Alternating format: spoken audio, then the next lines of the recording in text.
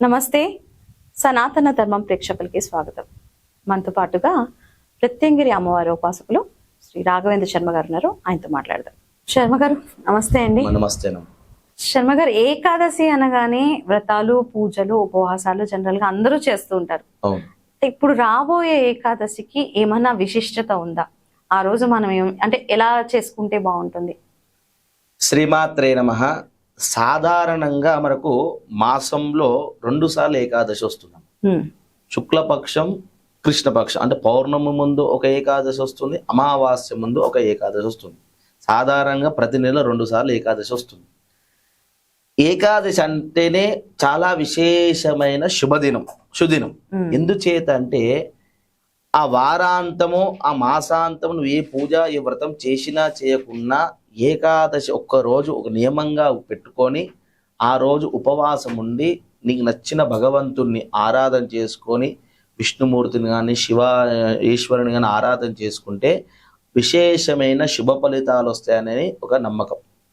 అదే విధంగా మనకు ఇప్పుడు వచ్చేటువంటి పాల్గొన మాసంలో మనకు ఏకాదశి మనకు వస్తుంది. దానినే మనము సర్వేషాం ఏకాదశిని కూడా అంటాము, ఆమ్లకి ఏకాదశి కూడా అంటూ ఉంటారు.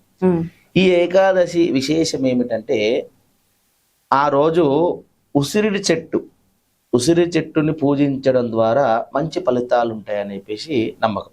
ఎందుచేతంటే ఉసిరిలో సాక్షాత్ శ్రీ మహావిష్ణువు నివసిస్తాడనే ఒక విశ్వాసం.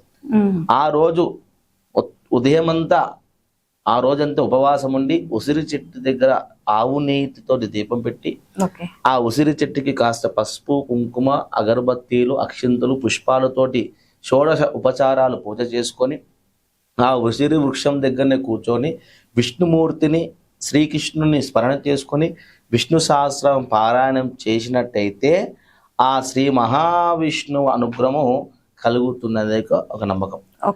అదే విధంగా ఆ రోజు నువ్వు చేసేటువంటి పూజ, నువ్వు చేసేటువంటి దానం, ఆ రోజు దానం చేయాలట. ఏమి దానం ఇవ్వాలి?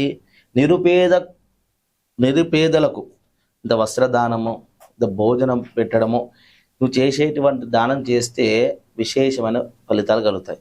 అదే విధంగా దేవాలయంలో బ్రాహ్మడికి ఉసిరికాయ దానం ఇవ్వాలి. ఆ ఉసిరికాయతో పాటు కాస్తని తెల్ల బియ్యం దానం ఇచ్చినట్టయితే ఆ రోజు నువ్వు చేసేటువంటి పూజా ఫలితం ఏమిటంటే ఆరోగ్య సమస్యలు ఏమన్నా ఉన్నా తొలగిపోయే అవకాశాలు ఉన్నాయి.